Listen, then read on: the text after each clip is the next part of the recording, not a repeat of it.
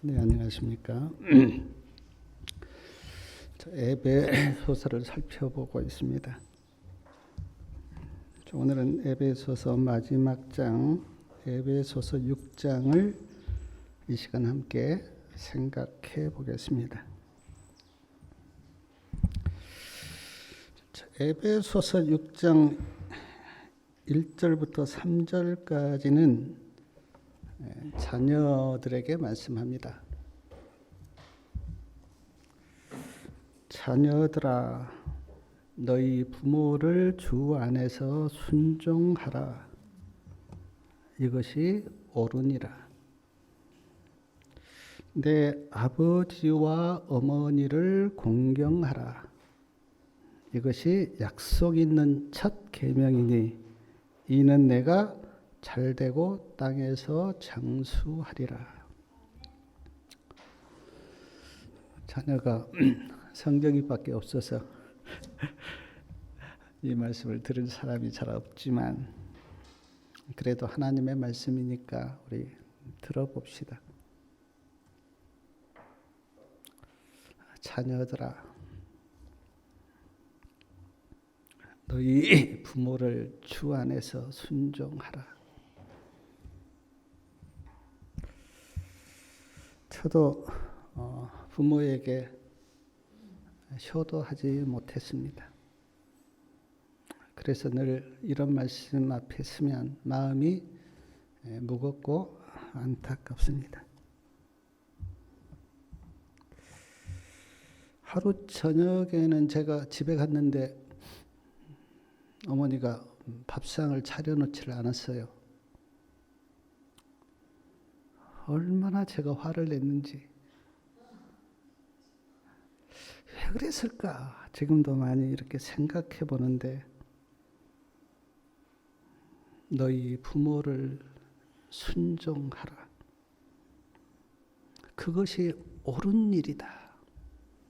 왜냐하면 부모가 없이 이 세상에 태어난 사람은 아무도 없잖아요. 부모를 통해서 우리가 이 세상에 왔잖아요. 부모님이 잘해서 내가 순종한다. 그건 아니에요. 내가 이 세상에 태어난 그 자체만으로도 우리는 부모님께 순종을 해야 돼요. 아버지와 어머니를 공경하는 것이 약속 있는 첫 계명이다. 다섯째 계명이 부모를 공경하라입니다. 부모를 공경하면 내가 잘되고 장수하리라. 복을 받는다는 말씀이에요. 부모를 잘 공경하면 네가 복을 받을 것이다. 우리나라에 기독교가 들어온 지가 채 200년이 안 됩니다. 천주교가 좀 빨리 들어왔고 그 다음에 기독교가 들어왔는데 200년이 채 안 돼요. 기독교가 처음 들어왔었을 때 사람들이 기독교를 이렇게 비난했습니다. 서양에서 온 예수교는 부모를 공경하지 않는다고 그렇게 비난했어요. 아닙니다. 분명히 성경에 내 부모를 공경하라고 그렇게 말씀하셨어요.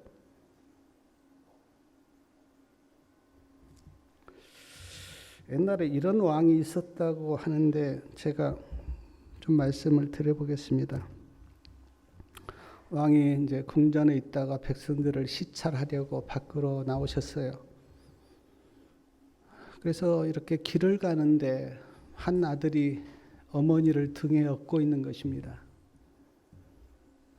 왕이 굉장히 좋게 보여서 불러서 누구냐고 물었어요. 우리 부모입니다. 그렇게 대답했습니다. 왕이 그에게 큰 상을 내렸습니다. 근데 그 소문이 퍼졌어요. 하루는 또 다른 곳을 갔는데 거기서도 부모를 업고 있는 사람을 만났어요. 왕이 상을 내리려고 불렀습니다. 네 부모냐? 네, 부모입니다. 왕이 명령을 했습니다. 이 사람에게도 큰 상을 내려라. 왕이 상을 내리려고 하는데 한 사람이 찾아온 거예요. 왕이시여, 이 사람이 부모를 얻고 다니는 것은 상을 받기 위해서 지금 이런 겁니다. 이 사람에게는 상을 내리지 마십시오. 그때 왕이 뭐라고 했는가? 아니다. 어떤 이유로 부모를 섬기든 그것은 잘한 일이다. 이 사람에게도 상을 내리라.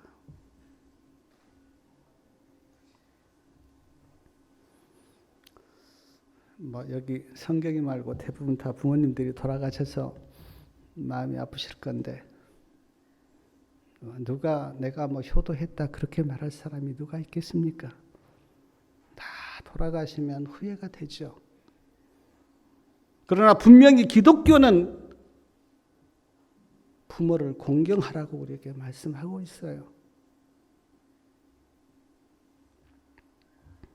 주 안에서 순종하라 그렇게 말씀하셨는데 혹시 부모님이 하나님의 말씀과 어긋난 행동을 하실 때 예를 들어서 교회 다니지 마라, 예수 믿지 마라 그렇게 말씀할 때 그때는 우리가 부모님보다 더 높으신 하나님을 섬기는 게 옳다 그런 말씀입니다.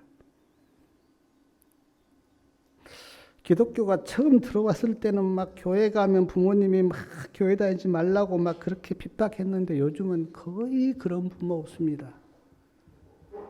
어떤 부모들은 교회를 나가서 좀 사람이 좀 되라고 그렇게 이야기한 부모가 많아요.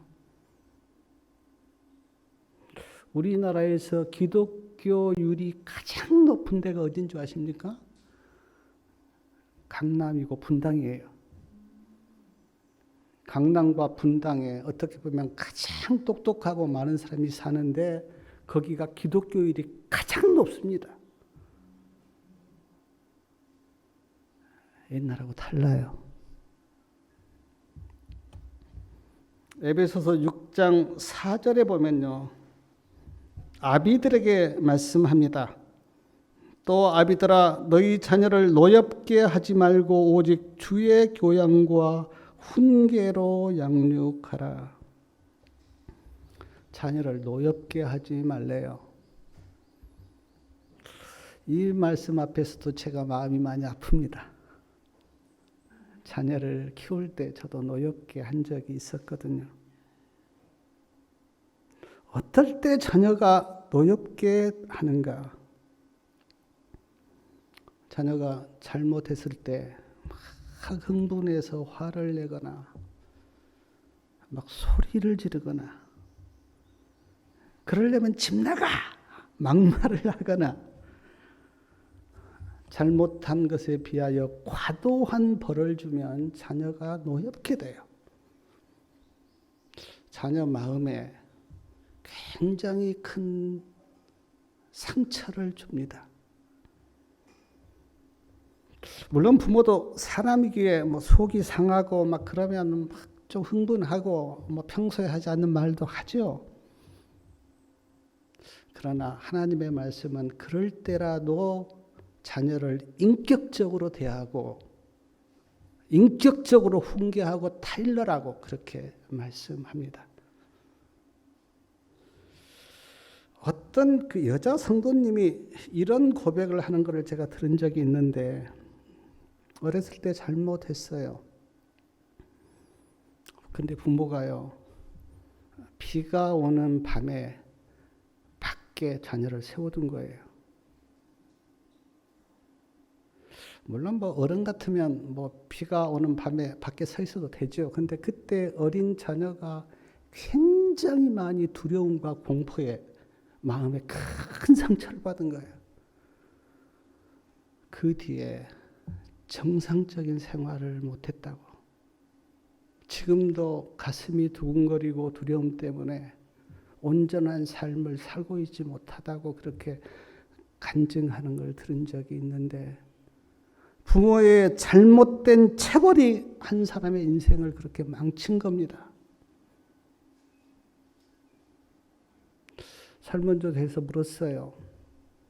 마음의 상처를 가장 많이 받은 사람이 누구입니까? 라고 물었을 때 부모였어요. 특별히 아버지.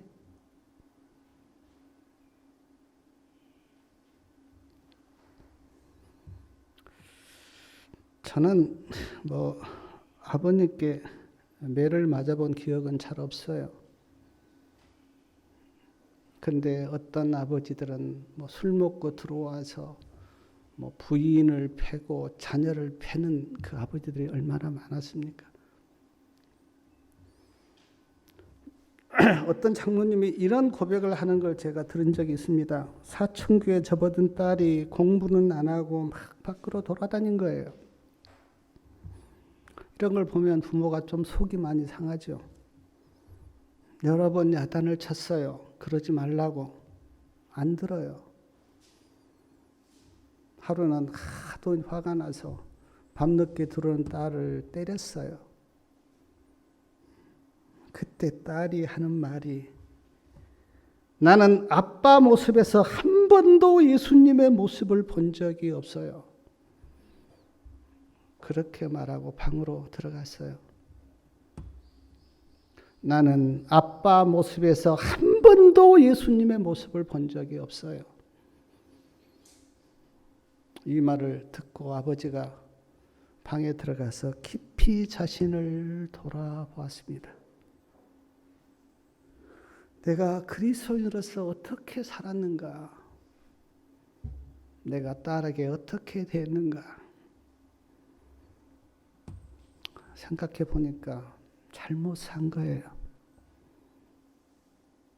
자녀들에게 온유하고 부드럽게 대하지 못한 겁니다.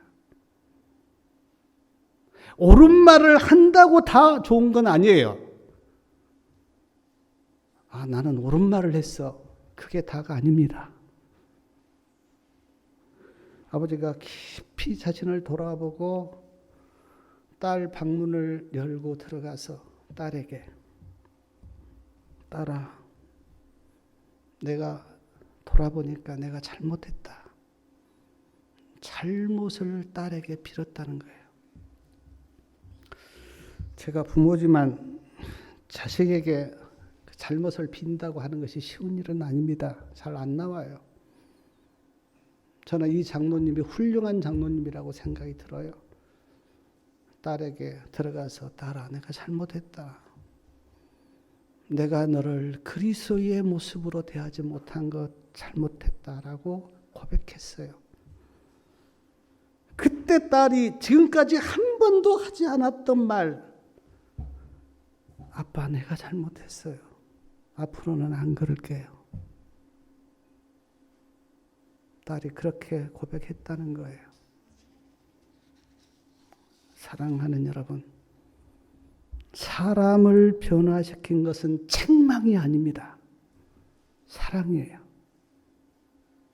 책망으로 변하지 않습니다. 사랑으로 사람은 변해요. 그러므로 자녀를 노엽게 하지 말고 사랑하시기 바랍니다.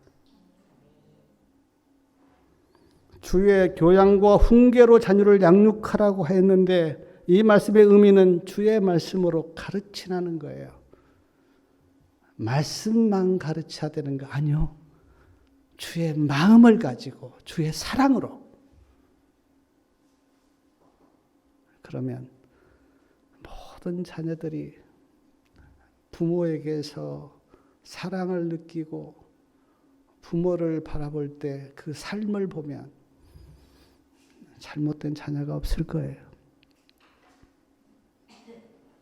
저도 지금 돌아보면 굉장히 율법적으로 자녀를 가르쳤어요. 하지 마! 하지 마! 하지 마! 근데 그게 다가 아니에요. 부모가 말보다는 삶으로 보여주는 것, 그것이 최고의 교육입니다. 에베소서 6장 5절부터 8절까지는 종들에게 말씀합니다. 요즘은 종이라고 부르지 않고 뭐 직원, 종업원 그렇게 부르잖아요. 저도 직원이란 단어를 쓰겠습니다. 직원들아, 두려워하고 떨며 성실한 마음으로 상전에게 순종하기를 그리스도께 하듯 하라. 눈가림만 하여 사람을 기쁘게 하는 자처럼 하지 말고 그리스도의 종들처럼 마음으로 하나님의 뜻을 행하여 단마음은 기쁜 마음을 가리키는데 기쁜 마음으로 상전을 섬기라. 그러면 주님께서 너를 도우시고 축복할 거다. 어떤 분이 이 말씀을 그대로 바꿔요. 그분이 이제 남의 일을 많이 다닌 분인데 남의 일을 가서 그리스도께 하듯 했어요. 주인이 어떤 일을 시킬 때 아주 기쁜 마음으로 예, 그렇게 하겠습니다라고 그리스도께 하듯 했어요. 얼마나 그 사람을 칭찬하는지 주인이. 내가 저런 사람 처음 봤다고.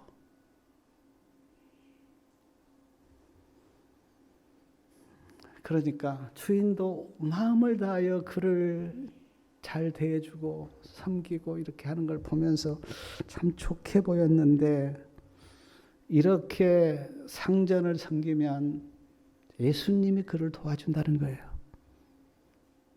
그리고 이렇게 상전을 섬기면 그 주인이 가만히 있겠습니까? 뭐라도 더 주고 싶지.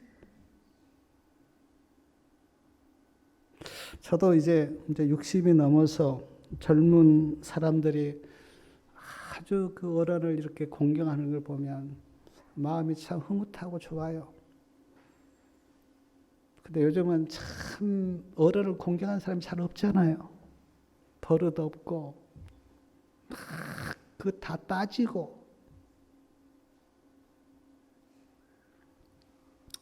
사랑하는 여러분, 서로 잘 섬기시길 바랍니다. 에베소서 6장 9절에 보면 상전들, 즉 사장들에게 말씀하십니다.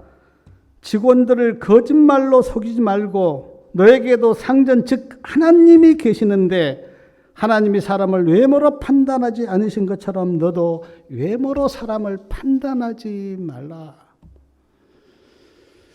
2000년 전이나 지금이나 사장들이 직원들을 얼마나 속이고, 우리가 뉴스에서 보잖아요. 막 봉급도 안 주고 도망가고 그런 사장들 보잖아요.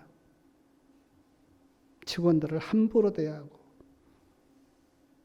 막 그 직원들에게 거짓말 해가면서, 그리고 사람을 외모로 판단하고 그런 나쁜 사장들에게 주님께서 말씀하십니다. 직원들에게 속이지 마라. 정직해라. 그리고 외모로 사람을 판단하지 마라. 외모로 사람이 판단을 받으면 굉장히 자존심 많이 상합니다. 그래서 제가 얼마 전에 보니까 세계에서 가장 성형수술을 많이 한 나라가 한국이라던데, 외모로 판단받으니까 상처받기 싫어서요. 요즘 남자들도 성형을 많이 한대요. 외모를 보니까. 근데 외국 사람은 전혀 그런 거 개의치 않습니다. 따뜻해요. 못났든 잘났든 키가 적든 장애인이든 따뜻해요. 왜냐하면 외모로 판단 안 받으니까. 우리나라가 잘한 것도 많지만 참 좀 이상한 나라예요. 행복지수 제일 낮고 잘 사는데도 체면 가장 많이 차리고.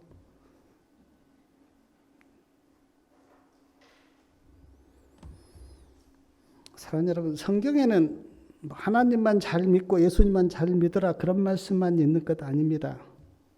부모를 잘 공경하라는 말씀도 있고, 자녀를 노엽게 하지 말라는 말씀도 있고, 직원은 주인에게 잘 잘 이렇게 섬기라는 말씀도 있고 사장은 종업원들에게 잘 하라는 말씀도 있어요. 성경에. 뭐 예수만 잘 믿어라. 그렇게 성경은 그렇게 말씀하지 않습니다. 그러므로 성경은 모든 사람에게 필요한 책이에요. 성경을 기준으로 잡고 살면 그 사람은 아주 잘 사는 훌륭한 사람이 됩니다. 그래서 미국 대통령도 대통령 선서를 할 때 성경에 손을 얹고 선서를 하잖아요.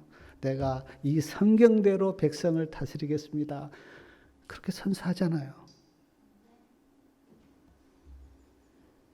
사랑하는 여러분, 이 우리에게 주신 하나님의 말씀을 마음에 깊이 새기시고 말씀을 따라 사는 주의 백성들 되시기 바랍니다. 에베소 6장 10절부터 19절까지는 하나님의 전신갑주에 대해서 말씀합니다. 에베소 6장 12절 말씀 우리 다 같이 한번 읽어보겠습니다. 12절요. 우리의 씨름은 혈과 육에 대한 것이 아니요 정사와 권세와 이 어둠의 세상 주관자들과 하늘에 있는 악의 영들에게 대함이라. 여기 씨름인데 뭐 싸움 그렇게 봐야 됩니다.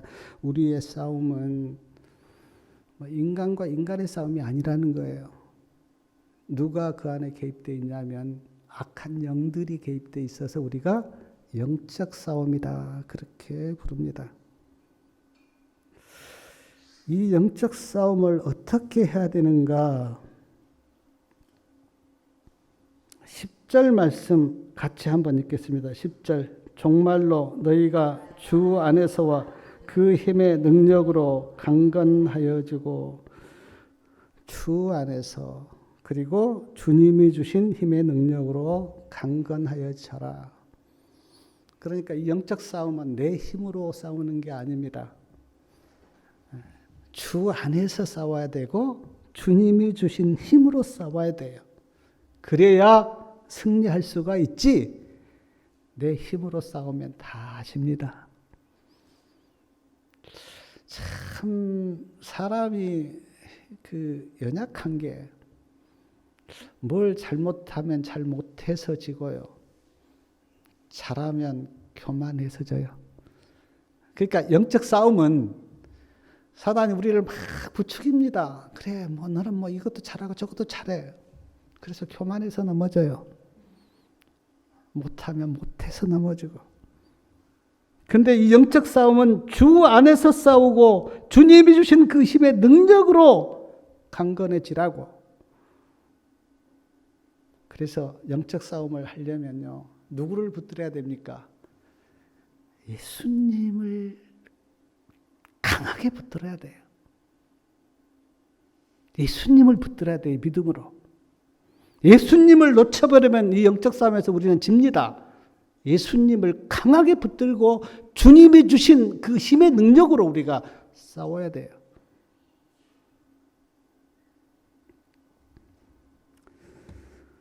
두 번째 영적 싸움에서 승리하려면 어떻게 해야 되는가? 제가 아까 읽었는데 11절 말씀 우리 다 같이 한번 읽겠습니다. 마귀의 괴계를 능히 대적하기 위하여 하나님의 전신갑주를 입으라. 하나님의 전신갑주를 입으라.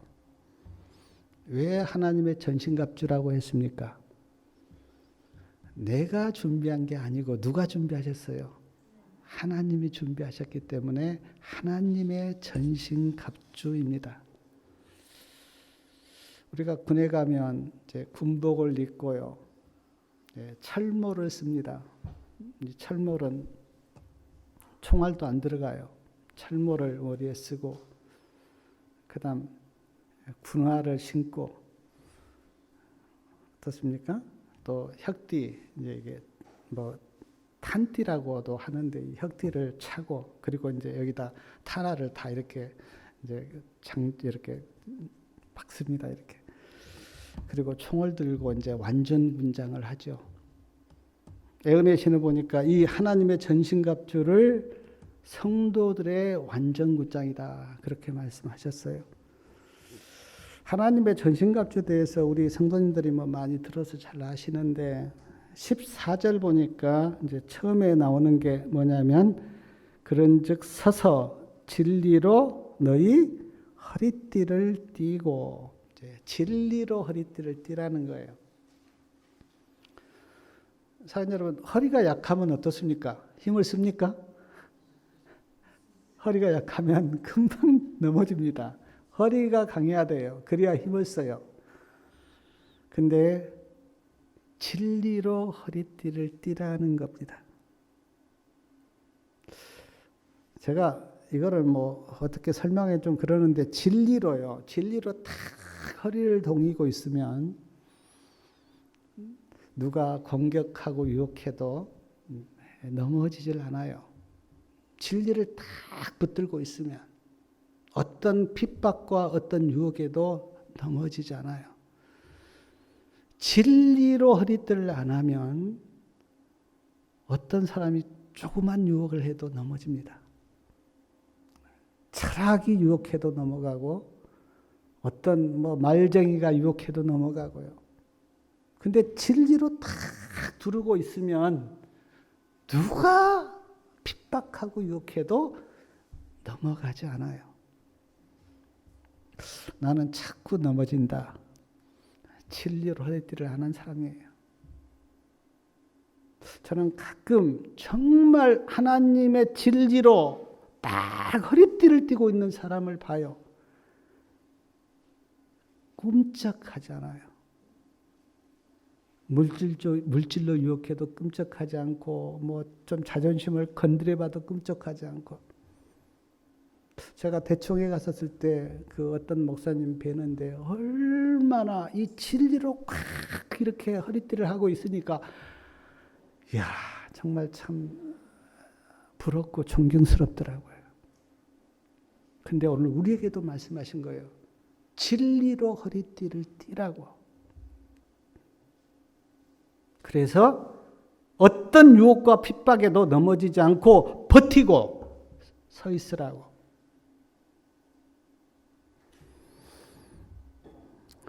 또한요, 거기 진리로 허리띠를 띠고 의의 흉배를 붙이고 그랬습니다. 의의 흉배를 붙이라. 여기 이제 가슴과 배에는 뭘 붙이라고요?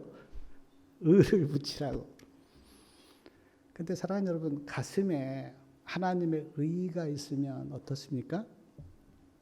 내 지금 가슴에 하나님의 의가 딱 있어요. 어떻습니까? 아주 사람이 부드럽고 사랑이 나오고 온유하고 그렇습니다. 가슴에 의가 없으면요, 굉장히 강팍하고 메마르고 딱딱하고 그래요.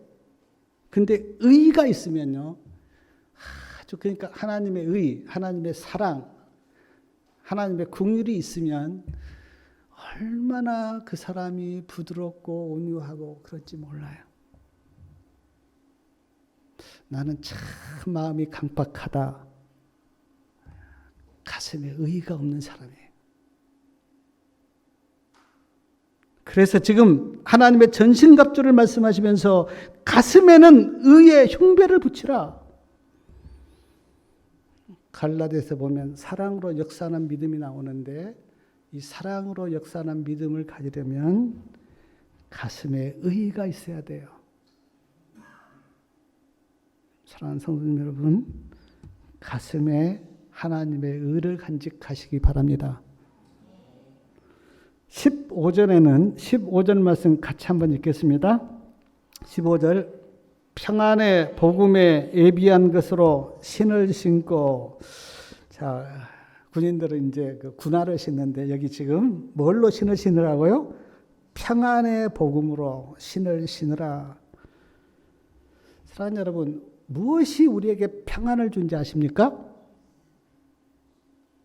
복음이요. 복음이 우리에게 평안을 줘요. 왜 복음이 우리에게 평안을 줍니까? 로마서 1장 17절에 보니까 복음에는 하나님의 의가 있다 그랬어요. 복음에는 하나님의 의가 있어요. 그래서 복음을 우리가 받고 그 그 하나님의 의를 받으면 마음이 불안하지 않습니다. 평안해요. 세상이 줄 수 없는 평안을 무엇이 주냐면 복음이 우리에게 줘요. 복음을 받으면 얼마나 마음이 안정되고 평안한지 몰라요. 근데 복음이 없으면 불안해요. 저는 세상 사람이 저를 볼 때 제가 아무것도 없잖아요. 노대책 있는 것도 아니고, 그렇다고 좋은 집이 있는 것도 아니고. 근데 내가 하나님께 너무 감사한 게 마음이 얼마나 평안한지 몰라요. 너무너무 감사해요. 왜 그런가? 복음이 나에게 있기 때문에. 평안한 복음이 나에게 있기 때문에 마음이 참 평안하고 좋고 기쁘고 감사하고. 평안의 복음이 없는 사람은 굉장히 불안하고 우울하고 초조하고 안타까워요. 근데 제가 제일 안타까운 게 교회를 다니고 예수님을 믿는 사람도 마음이 늘 불안하고 내가 이래서 구원받을 수 있겠는가? 평안의 복음이 없는 거예요, 그 사람에게. 성경은 말씀합니다. 평안의 복음으로 신으라고. 그리고 좀 평안하게 살라고요. 어디 가는데도 불안하게 가지 말고 평안하고 안식 가운데 있으라고 평안의 복음으로 신으라고 그렇게 말씀하는데, 우리 사랑하는 성도님들, 평안의 복음을 가져서 마음에 안식이 있고 평강이 있기를 바랍니다. 16절에는 모든 것 위에 믿음의 방패를 가지고 그랬습니다. 옛날 군사들이 싸울 때는 제가 이렇게 그림을 보니까 한 손에는 칼을 들고 한 손에는 뭘 들었습니까? 방패를 들었어요. 그리고 이 방패로 사람들이 이제 칼로 공격하면 방패로 막았습니다. 이렇게. 그리고 이제 멀리서 화살을 쏘잖아요. 화살이 날라오면 방패로 다 막았어요. 근데 원수의 공격을 막는 것이 뭔가? 여기 보니까 믿음의 방패 그랬습니다. 믿음이 원수의 공격을 막아준다는 거예요. 그러니까 믿음이 있으면 원수가 공격을 해도 그렇게 막는 거예요. 믿음으로. 어떤 사람이 말로 공격하면 이렇게 탁탁 내가 막는 거예요. 근데 믿음이 없으면 어떻습니까? 방패가 없으니까 내가 다 맞죠. 사랑하는 여러분, 우리가 이 세상에 살면서 원수의 공격이 없다고 그렇게 생각하시면 안 됩니다. 공격이 많아요. 어떤 때는 말로 공격하고, 어떤 때는 물질로 공격하고, 어떤 때는 건강으로 공격하고. 제가 아는 분도 교회를 나가기 시작했는데 갑자기 남편이 아픈 거예요. 그러니까 딱 겁나서 내가 교회 다니니까 우리 집에 이렇게 남편이 아픈가 보다. 교회를 안 나오시는 거예요. 원수가 이 세상에 살 때 공격이 많습니다. 근데 그 공격을 뭘로 막아야 되는가? 믿음의 방패로. 말로 공격할 때도 탁 믿음으로 막고, 물질로 공격할 때도 믿음으로 막고. 사랑하는 여러분, 믿음의 방패로 원수의 공격을 다 막으시길 바랍니다. 구원의 투구에 대해서 17절에는 말씀하는데, 구원의 투구와 그랬습니다. 머리에는 뭘 쓰라고요? 구원의 투구를 쓰라고. 근데 이 구원의 투구를 쓰라는 말이 뭔 말입니까? 머리로 예수님이 나의 구원이심을 확신하라는 거예요. 머리로. 예수님이 나의 구원이심을 확신하지 못하면 내가 보니까 이 사람 따라가면 구원이 있을까? 저 사람 쫓아가면 구원이 있을까? 여기 가면 구원받을까? 저기 가면 구원받을까? 아니요. 구원은 예수님 안에 있어요. 어디에 가야 구원을 받는 게 아니고 구원은 예수님 안에 있어요. 그러므로 예수님께 집중하시기 바랍니다. 그래서 구원을 쓰라 그렇게 말씀하신 거예요. 성령의 검 곧 하나님의 말씀을 가지라 그렇게 말씀하셨는데 뭐 다른 것들은 다 방어 무기입니다. 그런데 이 성령의 검 하나님의 말씀은 적을 공격하는 무기예요. 사단이 예수님께 왔었을 때 예수님이 사단을 뭘로 무찔렀습니까? 말씀으로. 우리도 사단을 뭘로 무찌려야 합니까? 말씀으로. 에베소 6장 18절 말씀 우리 같이 한번 읽겠습니다. 모든 기도와 간구로 하되 무시로 성령 안에서 기도하고 이를 위하여 매일 깨어 구하기를 항상 힘쓰며 여러 성도를 위하여 구하고. 여기 기도가 나옵니다. 왜 기도를 하나님의 점심같이 다음에 말씀하셨을까? 사람 여러분 한번 생각해 보십시오. 내가 하나님의 점심갑절을 읽고 완전 문자라고 했어요. 근데 졸고 있으면 어떻습니까? 내가 다 청도 들고 군복도 입고 군화도 신고 졸고 있으면 어때요? 아무 필요가 없죠. 기도로 내가 깨어 있어야 적들과 싸울 수가 있고 적에게 승리할 수가 있죠. 그래서 지금 하나님의 전신갑주 다시 말씀드리면 뭡니까? 뭐 흉배를 붙이고 투구를 쓰고 진리로 허리띠를 하고 복음의 신을 신고 또 성령의 검 말씀을 가지고 그렇게 싸우되 기도하라는 거예요. 영적으로 졸지 않도록 기도하라는 거예요. 성도들을 위해서도 기도하고 또 보니까 나를 위해서도 기도해라. 내가 담대히 복음을 전하도록 나를 위해서도 기도해달라. 그렇게 부탁합니다. 사랑하는 여러분, 사도 바울 같은 그런 믿음의 사람이 나를 위해서 기도해달라고 그렇게 말씀했다면 오늘 우리는 어떻습니까? 그래서 우리가요, 이 서로 다 기도를 해야 돼요. 저도 기도할 때 우리 성도님들 이름 불러가면서 기도합니다. 우리 성도님들도 다 교인들의 이름을 불러가면서 기도하셔야 돼요. 하나님, 어떤 집사님께 힘을 주세요. 믿음에 승리하도록 도와주세요. 원수들의 공격이 많은데 그 공격을 막아내도록 믿음의 방패를 준비하게 해주세요. 그렇게 다 기도하셔야 돼요.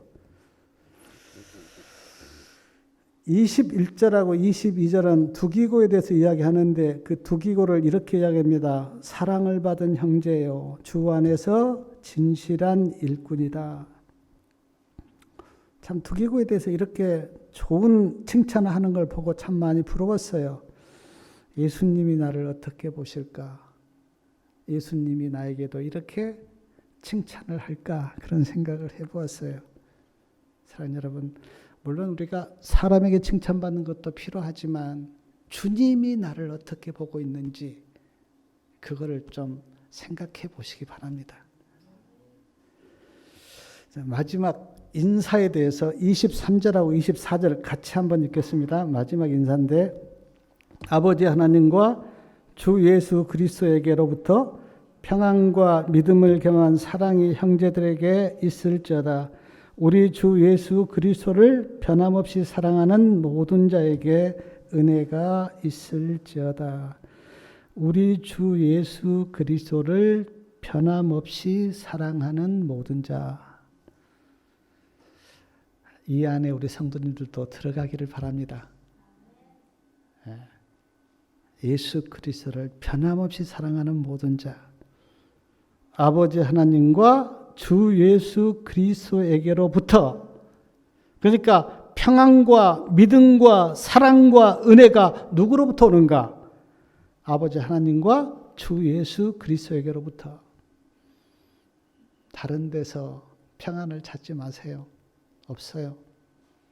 다른 데서 은혜를 찾지 마세요. 없어요. 평안과 은혜와 사랑을 누가 주시는가? 하나님과 예수님이 주세요. 그래서 우리가 늘 하나님 아버지 그리고 예수님에게 우리가 가야 사랑이, 은혜가, 평안이 우리에게 있는 거예요. 에베소서 말씀을 제가 이렇게 몇 주간에 생각을 해봤는데 뭐 성경 말씀이 다 중요하지만 에베소 말씀도 굉장히 중요합니다. 마음에 좀 깊이 새기시고 에베소서 말씀이 우리 마음에 이렇게 참 믿음으로 붙으셔서 오늘 6장에 그 영적 전쟁이 나왔는데 이 영적 전쟁을 믿음으로 승리하시고 우리 다 하늘에 가서 하늘 본향에서 사시는 그런 은혜가 있기를 바라면서 말씀을 마치겠습니다. 우리 마치는